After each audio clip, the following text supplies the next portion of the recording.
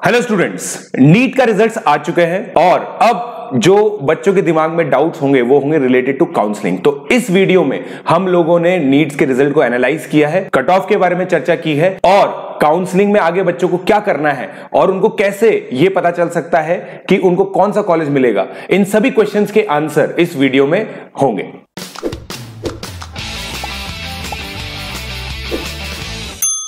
Hello students, मेरा नाम है प्रशांत जैन और इस वीडियो में हम लोग ऑल अबाउट नीट रिजल्ट्स के बारे में चर्चा करेंगे। नीट का एग्जाम 5 मई को हुआ था, उसका एनालिसिस हम लोगों ने रिलीज किया था जिसमें हम लोगों ने कट ऑफ तकरीबन 565 टू 570 के करीब बताई थी ऑल इंडिया सीट्स की और तकरीबन उसी के करीब जो रिजल्ट है वो आया है। सबसे पहले मैक्रो डिटेल्स हम लोग देख लेते हैं। तकरीबन 14 लाख बच्चों ने इस एग्जामिनेशन को दिया। उसके बाद 7,97,000 बच्चे तकरीबन इसमें क्वालिफाइड घोषित किए गए हैं। नीट के इतिहास में पहली बार फर्स्ट रैंक करके 700 से ज्यादा मार्क्स आए हैं। इस बार 701 मार्क्स लेके नलिन खंडेलवाल ने ये एग्जामिनेशन टॉप किया है। अब हम लोग टॉपर्स के मार्क्स डिस्कस कर लेते हैं। नलिन खंडेलवाल के 701 मार्क्स हैं जिनकी AIR 1 आई है। उसके बाद भविन बंसल के 700 मार्क्स है जिनकी AIR 2 आई है। फिर अक्षत कौशिक के 700 मार्क्स अगेन जिसमें AIR 3 आई है। इसमें जो टाई ब्रेकर है वो जो नीट के ब्रोशर में था उसी के हिसाब से टाई ब्रेकर हुआ है। फिर AIR 4 के मार्क्स 696 है। फिर AIR 5 से लेकर AIR 9 तक सभी बच्चों के 695 मार्क्स हैं और जो 10th रैंक है वो 691 मार्क्स पे। तो काफी हाई स्कोरिंग पेपर था। जैसा कि हम लोगों ने बताया था कि इस बार पेपर इजी आया है, काफी ज्यादा NCERT बेस्ड था, टाइम का कोई इशू नहीं था फिजिक्स के अंदर, तो ये मार्क्स में भी रिफ्लेक्ट हुआ है। अब हम लोग कट ऑफ की चर्चा कर लेते हैं। अगर मैं जनरल कट ऑफ की बात करूं तो जनरल कट ऑफ 134 मार्क्स गई है। 50 परसेंटाइल स्कोर जो होता है उसको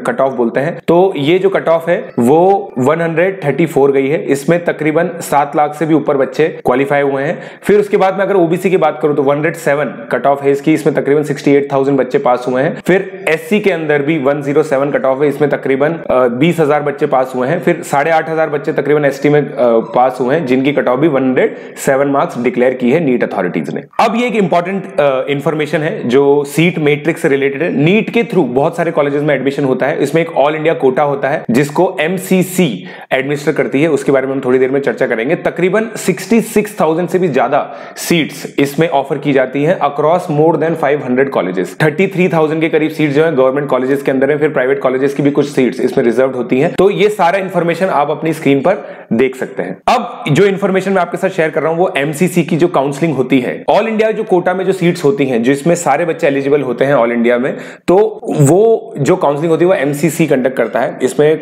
जो इंडिया के टॉप कॉलेजेस हैं वो भी इसके अंदर इंक्लूडेड होते हैं। तो यहां पे हम लोगों ने ये बता रखा है कि जो फर्स्ट राउंड ऑफ काउंसलिंग होती है उसमें कितनी सीट्स ऑल इंडिया में ऑफर होती हैं और कितनी सीट्स एलोकेट हो गई थी after first round. First round के बाद जो सीट्स वेकेंट रह जाती हैं वो सेकंड राउंड ऑफ काउंसलिंग में ऑफर की जाती हैं बच्चों को। तो अगर मैं गवर्नमेंट सीट्स की बात करूं तो 4064 सीट्स ऑल इंडिया कोटा के थ्रू मिलती हैं जिसमें से फर्स्ट राउंड के अंदर 4061 सीट्स भर गई थी। बाकी सारी इंफॉर्मेशन आप स्क्रीन पर देख सकते हैं। अब ये कुछ इंपॉर्टेंट डेट्स हम लोगों ने आपके सामने डिस्प्ले की हैं। जैसा कि एग्जाम तो निकल ही चुका है 5 मई को और फिर 5 जून को रिजल्ट भी आ चुका है। इसके बाद जो काउंसलिंग प्रोसीजर है वो जून सेकंड वीक में स्टार्ट होना है, सेकंड वीक ही चल रहा है। तो उसकी जो डेट्स हैं वो भी आपकी स्क्रीन पर आप देख सकते हैं। इसमें 2 राउंड्स होंगे। फर्स्ट राउंड होगा, फर्स्ट राउंड का रिजल्ट आएगा। उसके बाद जो सेकंड राउंड में वो सीट्स एलोकेट होंगी जो फर्स्ट राउंड में रह गई हैं और जो सेकंड राउंड में आती हैं।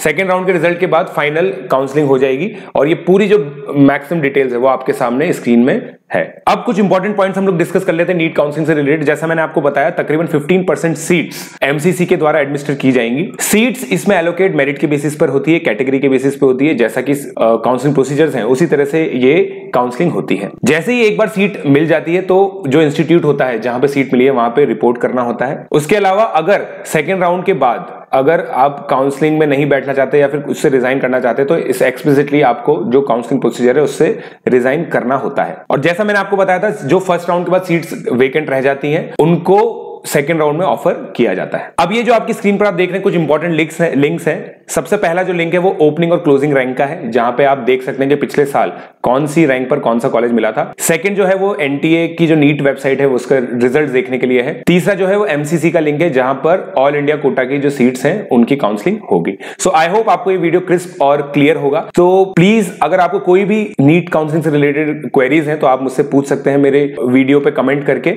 और अगर आपको लगता है कि ये वीडियो किसी को हेल्प कर सकता है तो प्लीज उसके साथ ये वीडियो शेयर कीजिए। Thank you.